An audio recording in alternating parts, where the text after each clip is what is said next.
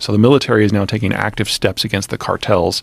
And if you are in a cartel, that means you need heavier weaponry to fight back. And that's why the 50 cals and things like them are starting to pop up a lot more. And so what is the Mexican strategy in terms of utilizing the military and dealing with the cartels? What are they trying to do? I would argue that the AMLO administration isn't to the point yet that they have a strategy, but they realize that the murder rate has reached the point that hugs not drugs is no longer a viable option. And so they're trying to militarize the equation in the hopes that the Mexican military is more capable than this or that cartel. You can kind of break the cartel world into three groups. You've got Jalisco New Generation, the hyper-violent ones. You've got the Los Chapitos and the associated groups that are what's left of Sinaloa. They're the most capable ones for smuggling drugs. That's where the money is. And so that is where AMLO seems to be focusing his efforts. And then you've got what's left of the Zetas and the Gulf cartels, which is a very Twilight 2000 dog-eat-dog world out in eastern Mexico, which everyone's just kind of ignoring because it's not strategic. It's just violent.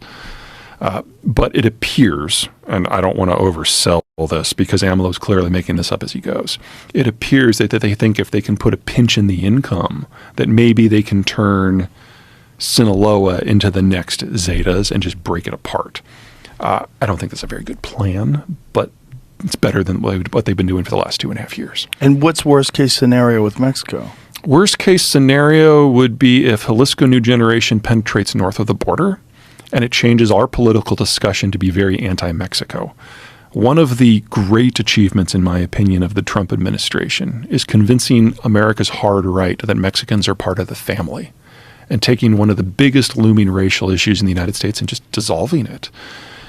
If Americans start to think of Mexicans as drug runners again, regardless of why, that damages our most productive trading relationship and our most brilliant opportunity for our future right out of the gate. But what is the worst case scenario in terms of the cartels overwhelming the Mexican military? Because it does seem they have. You're asking all the fun, cheery questions. Yeah. Well, that's why you're here, bro. Yeah. I'm here to get freaked out. Our advantage with Mexico so far is because they haven't had to fight a war in a long time, that the military is not particularly competent, but it's still armed. And so when you bring it into the system, they hit with a punch that compared to the normal local security services is really impressive. But every time a armed group of the state has been brought into the fight, the cartels have found a way to corrupt it. And if you do that to the military, we could have a very real problem here. Think Chicago at the height of Al Capone, but on a national scale. Jesus Christ.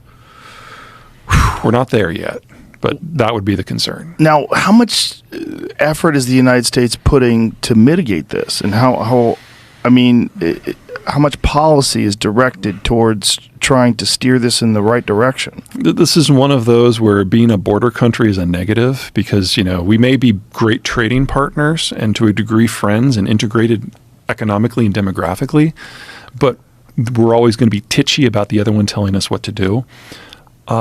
Trump and AMLO got along great because Trump really never asked anything of AMLO. He said, as long as you take steps to limit Central American immigration into the United States, I'm going to be hands off on everything else. And so relations were pretty warm.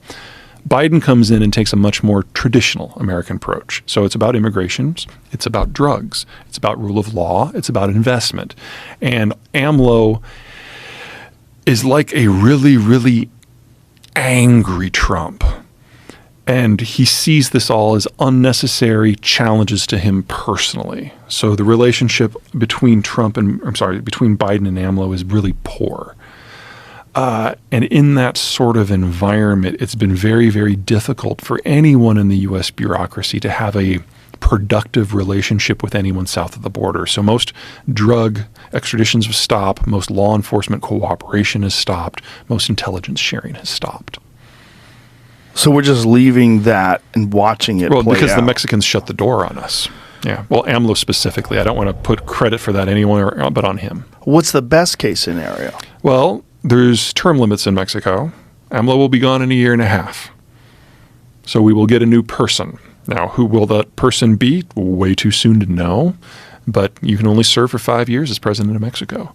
That's it? Yeah. So they've got a very, very bad one right now. We'll see who's next. Oh, Jesus. And that's right there. Yep.